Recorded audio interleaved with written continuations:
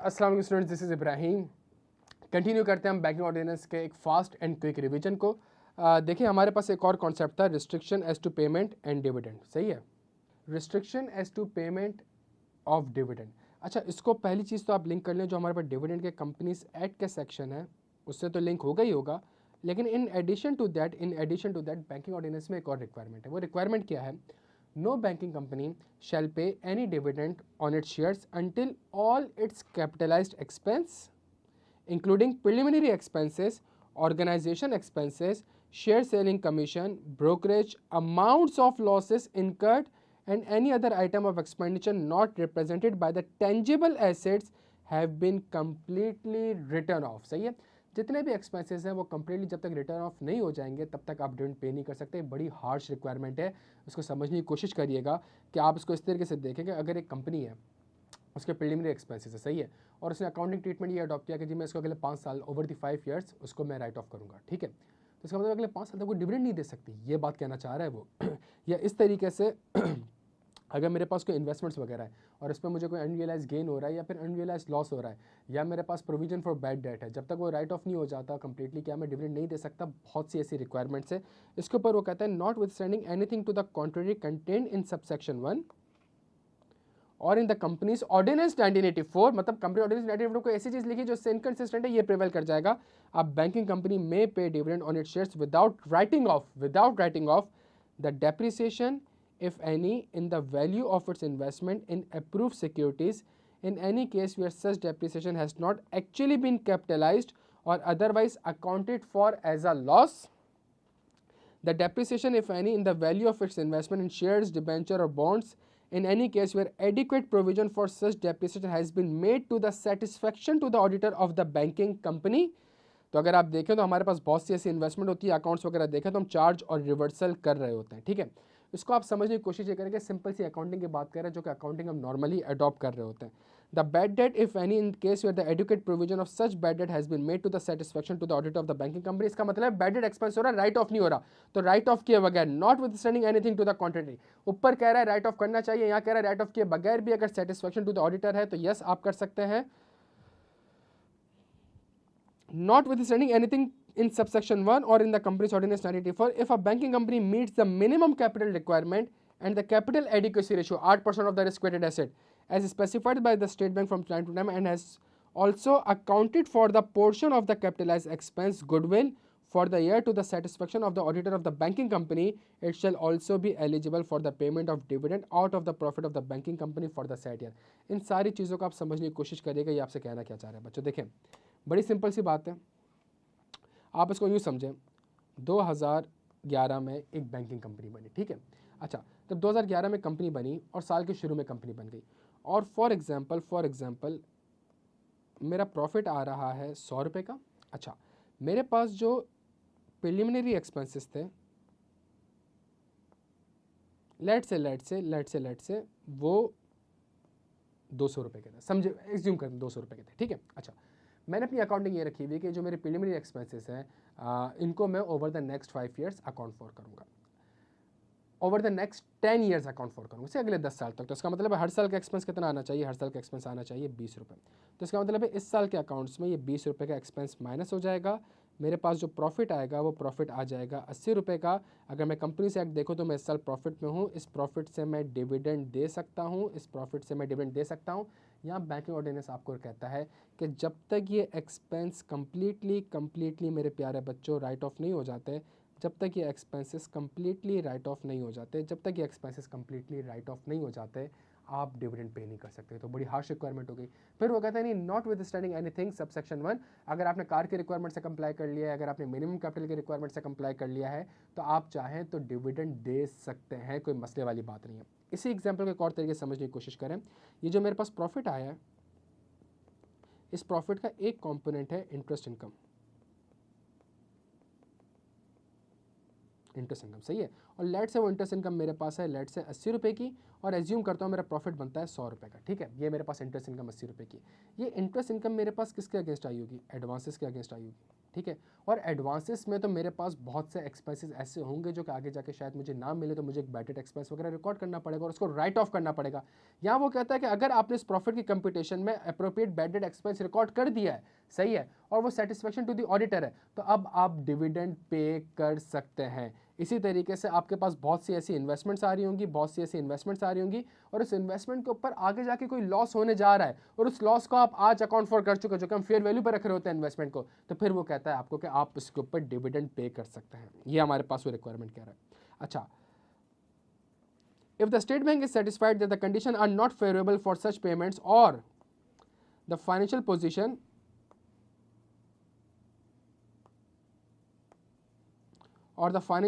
of the banking company so warrants, it may by order in writing stating reason restrict or prohibit any banking company from paying dividends to shareholder for such period as may be specified in the order, and the state bank shall exercise the power reasonably, fairly and justly. For example, अगर आप देखें तो state Bank of Pakistan ने कहा था suspension of dividends by the banks DFI for the 2 quarters.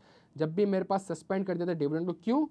The reason is कि हमारे पास Covid आया था प्यारे बच्चों।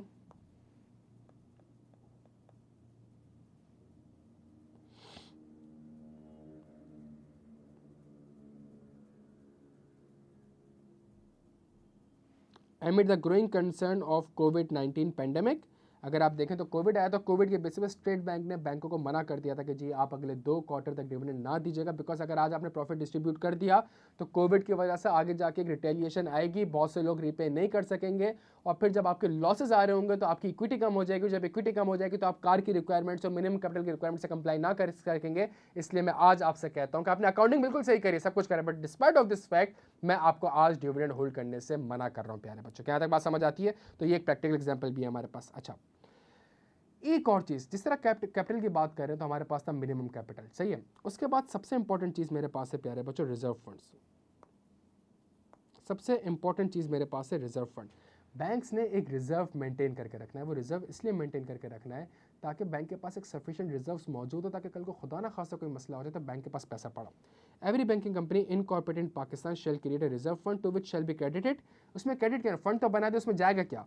If the amount in such fund together with the amount in the share premium account, अगर share premium रिजर्व फंड और share premium दोनों को प्लस करूं, उसका जो अमाउंट बनता है वो मेरे पेड अप कैपिटल से अगर कम है, तो हर साल का मेरा जो भी प्रॉफिट होगा उसका 20% मैं स्ट्रेट लेके चला जाऊंगा रिजर्व फंड में, सही है। लेकिन अगर रिजर्व फंड और शेयर प्रीमियम अकाउंट का मेरा अमाउंट पेड अप कैपिटल से ज़्यादा है, अगर अमाउंट ज़्यादा है तो फिर मुझे 10% लेके जाना होगा, मुझे 20% लेके नहीं जाना होगा। अगर मैं आपके सामने इसको एग्जांपल रखूं प्यारे बच्चों, मेरे पास एक रिजर्व फंड आ रहा है, अगर आप यहाँ पे देखें कंपनी का शेयर कैपिटल आ रहा है 90 अरब रुपए का, और कंपनी का जो रिजर्व्स आ रहे हैं 554 के आ रहे हैं, सही है। और कंपनी के पास कोई शेयर प्रीमियम नहीं है, तो क्या रिजर्व फंड और शेयर प्रीमियम मिला के शेयर कैपिटल से ज़्यादा है? The answer is no. तो इसका मतलब है इस साल का जो प्रॉफिट आएगा, ये मेरे पास प्रॉफिट आफ्टर टैक्स है, इसका 20% अगर मैं लूँ, इसका 20% लूँ तो 2,27,058, ये अमाउंट वो है जो कि मेरे स्टैच्यूटरी रिजर्व में जाके मेंटेन हो जाएंगे, ठीक है। ये हमारे पास एग्जांपल है किसकी? ये हमारे पास एग्जांपल है सिल्क बैंक की। अच्छा, थोड़ा सा और आगे चलते हैं, हबीब बैंक को देखें, बहुत बड़ा बैंक है प्यारे बच्चों। हबीब बैंक के शेयर कैपिटल को देखें तो प्यारे बच्चों बोनस शेयर्स को भी काउंट कर रहा हूँ मैं 7.7 बिलियन को, और उसके बाद अगर मैं देखूँ रिजर्व फंड को देखूँ तो यहाँ मेरे पास स्टैच्यूटरी रिजर्व फंड आ रहा है 40 अरब का। ये 40 अरब और मेरे पास इशूड एज बोनस शेयर्स आ रहा है 7.7 बिलियन, इन दोनों को ऐड करो तो ये 47 बिलियन बनता है। मेरा शेयर कैपिटल आ रहा है 14 बिलियन का, तो ये तो मेरे पास बहुत ज़्यादा है, सही है। मेरे पास शेयर कैपिटल से बहुत ज़्यादा है दोनों अमाउंट। इन दोनों अमाउंट को चूँकि ज़्यादा है तो मुझे सिर्फ और सिर्फ 10% करना पड़ेगा प्रॉफिट का। मेरा जो प्रॉफिट आया था प्यारे बच्चों इस साल आया था 30 बिलियन का। 30 बिलियन का अगर मैं 10% लूँ तो 3 बिलियन कुछ बनेगा अमाउंट। ये अमाउंट वो है जो कि मुझे हर साल रिजर्व फंड में क्रेडिट करना पड़ेगा। क्या यहाँ तक बात समझ आती है? अच्छा, इसी तरीके से अगर आप देखें तो हम डिस्क्लोजर भी देते हैं, every banking company incorporated Pakistan is required to transfer 20% of its profit. अच्छा, थोड़ा सा और आगे चलते हैं प्यारे बच्चों।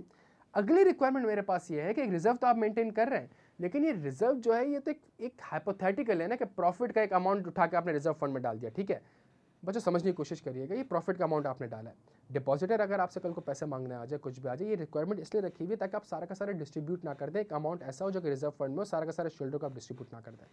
एक रिक्वायरमेंट हमारे पास है कैश रिजर्व की, कि आपके पास कैश रिजर्व भी होने चाहिए ताकि कल को डिपॉजिटर पैसा मांगने आए, अपना पैसा विड्रॉ करे, तो आप ये ना बोलेंगे मेरे पास पैसे नहीं है। अगर इस मुल्क में बैंक ने ये कह दिया कि मेरे पास पैसे नहीं, तो सोचें आप क्या हाल होगा। तो अगली जो सबसे इंपॉर्टेंट चीज़ है वो कैश रिजर्व की है, और वो कैश रिजर्व के लिए जो आपका लॉ कहता है, एक बच्चे ने क्वेश्चन भी करा था, तो मैं उसके लिए आपको जवाब दे दूँ कि every banking company shall maintain by way of cash reserved with the state bank or its agent. State bank agent National Bank of Pakistan है, सही है। Partly in cash with itself and partly in such account as a sum equivalent to at least 2% of its time liabilities in Pakistan and 5% of demand liabilities. तो यहाँ पे 2% और 5% दिया हुआ है, और अगर आप इस चीज़ को देखें, ये चीज़ जो है अब ये जो रिक्वायरमेंट है हमारी, ये अपडेट हो चुकी है। इसके ऊपर एक सर्कुलर आया हुआ है मार्च 8 2018 का, ये सर्कुलर भी अपडेट हो चुका है प्यारे बच्चों। तो अगर आप देखें यहाँ पे कैश रिजर्व रिक्वायरमेंट CRR को, तो वो आपसे कहता है रिवाइज्ड रिक्वायरमेंट ये है during the reserve maintenance period. What is reserve maintenance period, थोड़ी देर में हम यहाँ पे आके देख लेते हैं। What is reserve maintenance period, थोड़ी देर में आके देख लेते हैं। Cash reserve shall be maintain at an average cost of 6% of the total demand liabilities and time deposit, total demand liabilities and time deposits with a tenure of less than 1 year. अगर time deposit less than 1 year है, सही है। However it is subject to a daily minimum requirement of 4%। देखिए जो 1 साल बाद पे करना है उसकी टेंशन क्यों लेनी है आपने, सही है, उसके लिए तो कैश बाद में देख लेंगे। एटलीस्ट आपके पास अगले 1 साल तक एक सर्टन अमाउंट कैश के लिए अवेलेबल होना चाहिए। तो total demand liabilities and the time liabilities with a tenure of less than 1 year, ये जो भी आपके पास अमाउंट आ जाएगी, इसका आपने एवरेज 6% मेंटेन करना है, और डेली बेसिस पे 4% तो आपने मेंटेन करना है, सही है, during the reserve maintenance period. तो इसका मतलब ये एवरेज किसी पीरियड का निकलेगा। आ जाए रिजर्व मेंटेनेंस पीरियड देखते हैं। Currently the reserve maintenance period is of 2 weeks starting from Friday and ending on the Thursday of the subsequent week, सही है। 2 वीक्स है, स्टार्ट होगा फ्राइडे से और खत्म होगा अगले हफ्ते के भी अगले हफ्ते वाले थर्सडे वाले दिन, सही है। तो इसका मतलब है फ्राइडे के दिन बैठ के आपने ये देखना है कि आपकी डिमांड एंड आपकी टाइम एंड डिमांड लायबिलिटीज क्या है, ये रिजर्व मेंटेनेंस पीरियड आपका होगा। इसकी कैलकुलेशन कैसे होगी, इसकी कैलकुलेशन हम थोड़ा सा यहाँ पे देखते हैं। अच्छा, इसके अंदर कौन कौन सी लायबिलिटीज आ रही होंगी, कौन कौन सी लायबिलिटीज सब्जेक्ट टू CRR में थोड़ी देर में आपको डिस्कस करता हूं, लेकिन इसके अंदर मैं फॉर एग्जांपल आपसे डिस्कस कर लूं। 12 मई 2023 फ्राइडे को मेरे पास लायबिलिटी सब्जेक्ट टू CRR, मैंने फ्राइडे को देखा कि मेरी टाइम एंड डिमांड लायबिलिटीज कितनी है, 200 मिलियन की। मेरी time and demand liabilities 200 million की, ठीक है। मैं कहता हूँ 200 मिलियन फ्राइडे के दिन मैंने देखा, फ्राइडे के क्लोजिंग डे पे देखा, मैंने कहा 200 मिलियन का अमाउंट आ रहा है। इस 200 मिलियन का 6% ऑन एवरेज मैंने मेंटेन करना है, ठीक है। तो फ्राइडे वाले दिन अगर मैं देखूं तो मेरा जो एक्चुअल CRR मेंटेन हुआ है, सही है, मतलब मेरे पास जो कैश रिजर्व मेंटेन हुआ है वो 12/27 का हुआ है, सही है। अगली बार 10/27 का हो गया, फिर 10/27, फिर 10/27, फिर 10/840, फिर 12, फिर 10, फिर 12, फिर 10, फिर 14, फिर 10, फिर 23। अगर ये 14 दिन का मैं देखूं, सारे रिक्वायरमेंट 14 दिन की अगर मैं देखूं, तो मेरे पास अमाउंट आ रही है 12/21 की, प्यारे बच्चों। नाउ दैट 12/21 रिप्रेजेंट्स दी 12/21 को डिवाइड करूं 200 मिलियन से, मैंने 12/21 इन सबका एवरेज लिया है प्यारे बच्चों, इन सबका सिंपल सा मैंने एवरेज लिया है, इन सबको प्लस किया, डिवाइड किया, जितने भी नंबर ऑफ डेज मेरे पास बनते हैं, मेरे पास एवरेज आ गया 6.01% का, ये कंप्लाइंट है। और अगर मैं डेली देखूं तो डेली मेरी रिक्वायरमेंट है 8000 की, मैं 12 मेंटेन कर रहा हूँ, 8000 की मैं 10 मेंटेन कर रहा हूँ, 8000 की मैं 10 मेंटेन कर रहा हूँ। तो यहाँ पे भी मेरी रिक्वायरमेंट बिल्कुल कंप्लाइंट। किसी भी दिन आपका ये इंडिविजुअल बैलेंस यहाँ पे जो आ रहा है, ये 8000 से कम नहीं होना चाहिए, सही है। अच्छा, अगर ये 9000 भी हो जाए, 9100 भी हो जाए, ये 8100 भी हो जाए, ये 8050 भी हो जाए, ये 8040 भी हो जाए, या 8030 भी हो जाए, आप कंप्लाइंट है। लेकिन आपने खेलना इस तरीके से पड़ेगा कि जब आप इन सारे नंबर को प्लस करेंगे और डिवाइड करेंगे 200 मिलियन से और मल्टीप्लाई करेंगे, तो आपके पास परसेंटेज 6% से ज़्यादा होनी चाहिए, बिकॉज अगले 14 दिन का जो एवरेज बैलेंस बनता है आपका, ये अमाउंट तो एटलीस्ट मेंटेन होना चाहिए। ये मेरे पास एक सिंपल सी वर्किंग है प्यारे बच्चों। अच्छा, थोड़े से और सर्कुलर्स देख लेते हैं इसके। Liabilities which are subject to CRR and liabilities which are exempted from the maintenance of CRR are given in enclosed annexure A। annexure A में अगर चले हम, तो liabilities subject to CRR all current deposit, तो भाई current deposit तो होती ही मेरी डिमांड liabilities है, including customers, banks, customers, banks and other financial institution, अगर बैंक और फाइनेंशियल इंस्टीट्यूशन भी आपके अकाउंट में कोई करंट अकाउंट खोला हुआ है उसको भी आप इंक्लूड करेंगे। All saving deposit including customer, bank and other financial, special notice deposit including customers,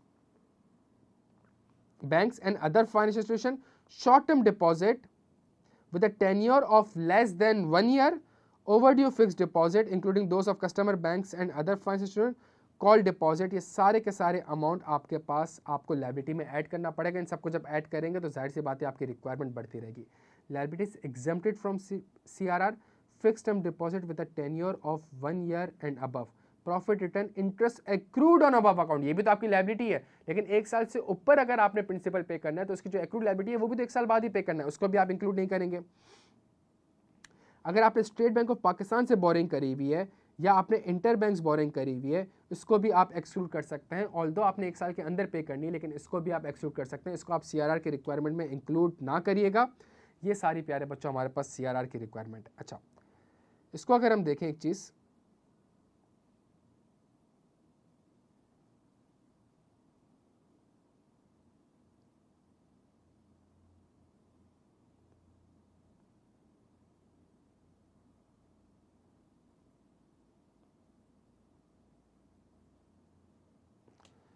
shell maintain by way of cash reserve in cash with itself, अपने पास कैश रखें, या फिर current account open with the State Bank of Pakistan, या फिर state Bank of Pakistan में एक account हो जहां पे कैश या बैंक में पैसा आ रहा हो, या उसके एजेंट के पास आ रहा हो, या पार्टली कैश में आ रहा हो, पार्टली अकाउंट में आ रहा हो, partly state Bank of Pakistan के पास आ रहा हो। इट मींस इतना कैश आपके पास हमेशा मौजूद होना चाहिए प्यारे बच्चों। क्या यहां तक बात समझ आती है हमें? अच्छा, इसी तरीके से हमारे पास एक और रिक्वायरमेंट है, restriction to loans and advances. प्यारे बच्चों, no banking company shall make any loans और advances against the security of its own shares. ये नहीं हो सकता कि एक बंदा आपके पास नेशनल बैंक ऑफ पाकिस्तान से लोन लेने आए और नेशनल बैंक ऑफ पाकिस्तान के शेयर्स गिरवी रखवा दे, ये पॉसिबल नहीं है। सही है।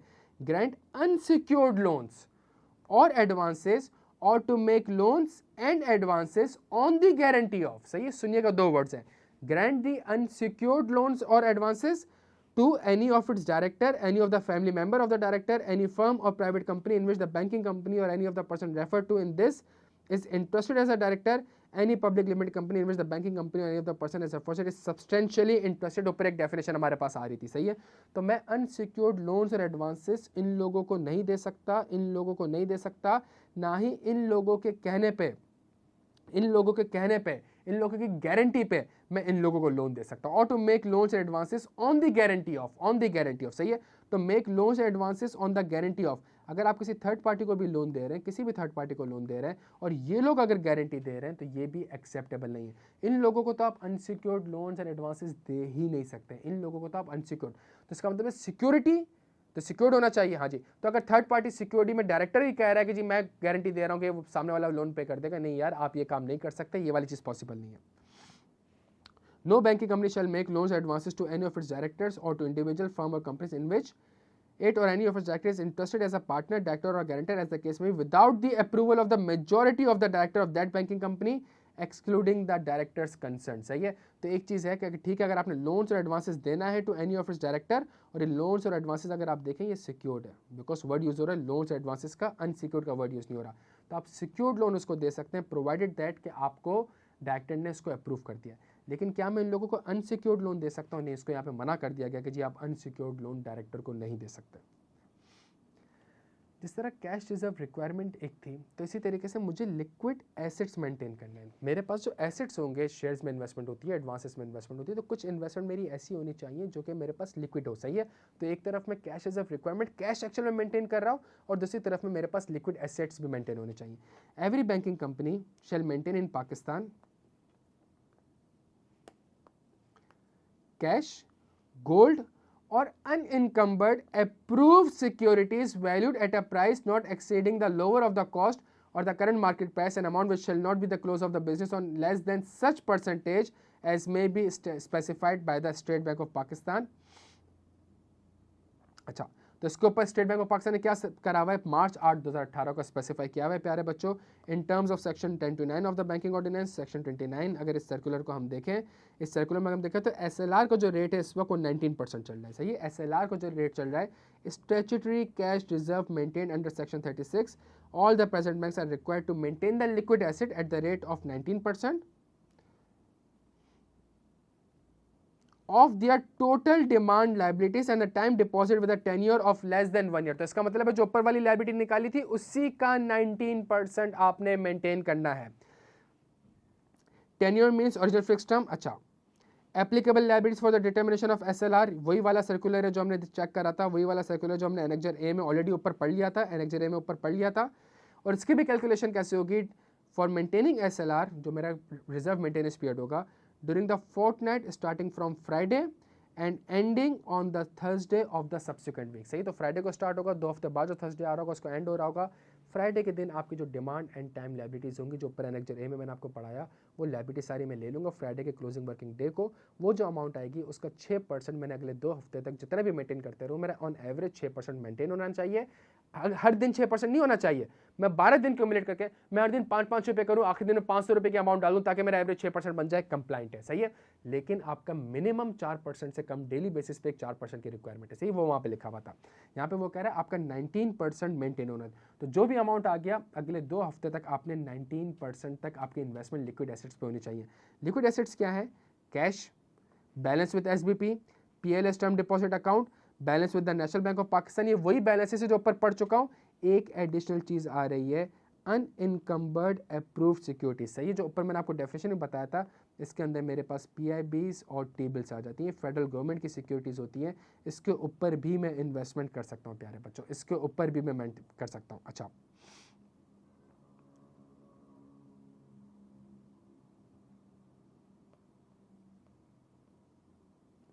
तो अगर आप एनेक्जर ए देखें तो एनेक्जर ए मोर और लेस वही है हमारे पास. एनेक्जर बी अगर मैं देखूं अप्रूव सिक्योरिटीज, तो मेरे पास अप्रूव सिक्योरिटीज क्या है? ट्रेजरी बिल्स हैं, पाकिस्तान इन्वेस्टमेंट बॉन्ड है, GOP जारा सुकूक है, NIT के यूनिट्स हैं, और मेरे पास rupee obligation of the federal government और द प्रोविंशियल गवर्नमेंट और corporation as defined in section 5 of the banking companies ordinance 1962. तो ये कुछ इन्वेस्टमेंट है. तो अगर आपने यहाँ पे इन्वेस्टमेंट करी हुई है, यहाँ पे इन्वेस्टमेंट करी हुई है, तो ये आपकी लिक्विड एसेट के लिए बिल्कुल तस्वुर किए जाएंगे. तो एक तरफ कैश भी मेंटेन करना है और दूसरी तरफ आपने अप्रूव सिक्योरिटीज का मतलब है कि आपने यहाँ पे इन्वेस्टमेंट करनी है. इसके अलावा आप कैश में स्टेट बैंक ऑफ पाकिस्तान के पास, बिकॉज कैश से ज़्यादा तो लिक्विड एसेट कुछ नहीं होता, स्टेट बैंक ऑफ पाकिस्तान के पास कैश के पास, या जो उसका एजेंट है नेशनल बैंक ऑफ पाकिस्तान के पास, वहाँ पे भी पैसा जमा करवा सकते हैं, वो भी लिक्विड एसेट की डेफिनेशन में पूरा उतरेगा. अच्छा जी,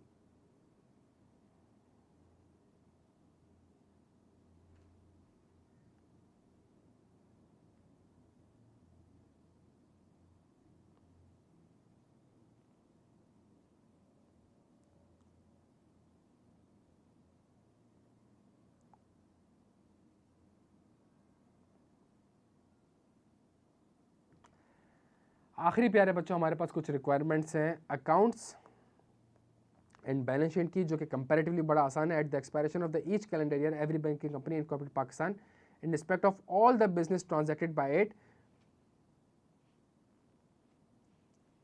shall prepare balance sheet P&L on the last working day of the year in the form second schedule or as near thereto as circumstances admit.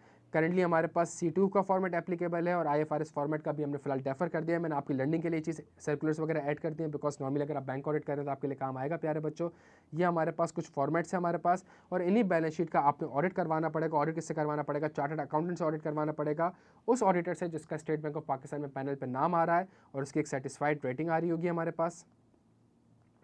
और अगर आप देखें तो फॉर एग्जांपल हमारे पास कैटेगरी ए की फर्म आ रही है, इसमें फर्गसन का नाम आ रहा है, नेशनल बैंक ऑफ पाकिस्तान का ऑडिटर है.